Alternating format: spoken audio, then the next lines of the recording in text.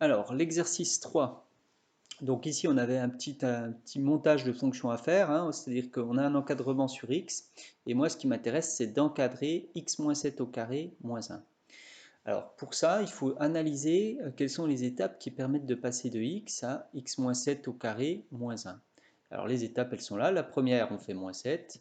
Ensuite, on met au carré. Ensuite, et on fait juste moins 1. Donc j'ai trois étapes très simples, je les applique, et à chaque fois, il faut que je sois capable de dire si je change le sens, l'ordre, ou pas de l'inégalité. Donc je pars de 2 plus petit que x plus petit que 4, je retire 7, ça me fait moins 5 plus petit que x plus petit que moins 3. Est-ce qu'on change l'ordre quand on retire 7? Alors je ne le mets pas, mais on peut le justifier à côté ici. Bien sûr, je n'ai pas mis le moins 7 ici. Ensuite, j'élève au carré, c'est là que c'est intéressant. Est-ce que je peux élever au carré? Ben oui, je connais, les nombres ici sont tous négatifs. Donc quand j'élève au carré, ça me fait moins 5 au carré, on met bien les parenthèses, x moins 7 au carré ici, et moins 3 au carré ici, et l'ordre change.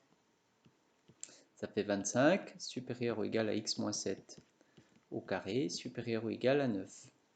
Il ne me reste plus qu'à retirer 1, ça ne changera pas l'ordre, donc je l'écris directement, 25 moins 1. 24, x moins 7 au carré ici, moins 1, et là 9, ça fait 8. Voilà, et si on veut, on réécrit du plus petit au plus grand parce que c'est plus habituel comme ça, mais ce n'est pas une obligation. Voilà. Pour le deuxième, donc la même chose, on vous demandait d'encadrer ceci, donc on réfléchit quelles sont les étapes qui permettent de passer de x à ça. Eh bien, elles sont décrites ici, là c'est un x 2, là c'est un plus 3, et là c'est un inverse. Donc les x2 on sait gérer, plus 3 aussi, puis l'inverse, ben, on sait si on est sur un intervalle qui va bien. Alors, on part comme ceci, on fait x2, alors là j'obtiens 4, 2x, 8. Est-ce qu'on change le sens? Ben non, parce que on multiplie par un nombre positif. Et ensuite je fais plus 3, donc ça me fait 7, 2x plus 3, 11. Donc ici j'ai simplement fait plus 3, là j'ai simplement fait x2, et puis ensuite je vais prendre l'inverse.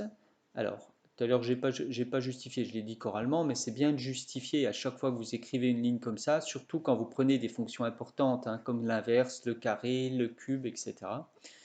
C'est bien de justifier à côté. Donc ici je vais le faire, je prends l'inverse, et je peux le faire parce que tous mes nombres sont positifs ici. Donc je connais le sens de variation de la fonction inverse sur les nombres positifs, c'est-à-dire sur 0 plus l'infini. Alors, qu'est-ce qui se passe? Eh bien, je change l'ordre. Et pourquoi? Car, donc, x donne 1 sur x est décroissante sur 0 plus l'infini. Alors, surtout pas 0 comme ça, puisque en 0, elle n'est pas définie, sur 0 plus l'infini. Voilà, donc on a obtenu notre encadrement qu'on souhaitait, on peut le remettre du plus petit au plus grand si on souhaite. Et ça termine l'exercice du jour.